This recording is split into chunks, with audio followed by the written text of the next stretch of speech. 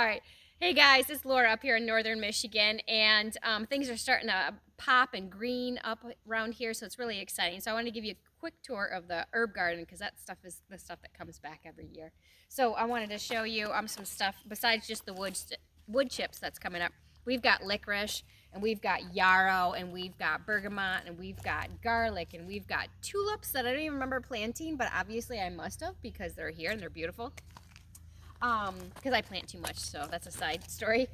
We've got some flax that is really pretty that I just want for prettiness. We've got hyssop. So we got the yarrow, we've got the sage, we've got globe thistle, and we've got, what's this? That's the globe thistle. There's mint and peppermint.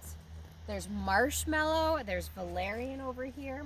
There's some oregano that I'm trying to clean out because the grass has actually come in and kind of taken over the oregano, but I want the oregano to thrive, so I got to clean that out so that I can use it for cooking. We've got some other things that I've planted in here that I've got to clean out and I got to figure out. It's really important to mark all your stuff because now I'm not even sure what I planted, but I'll figure it out when I start smelling it. So we've got some beautiful garlic that has done a great job over the harsh winters of northern Michigan with lots and lots of snowfall.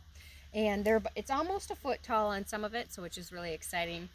And then we've got one of my favorites. We've got lemon balm that has done really good.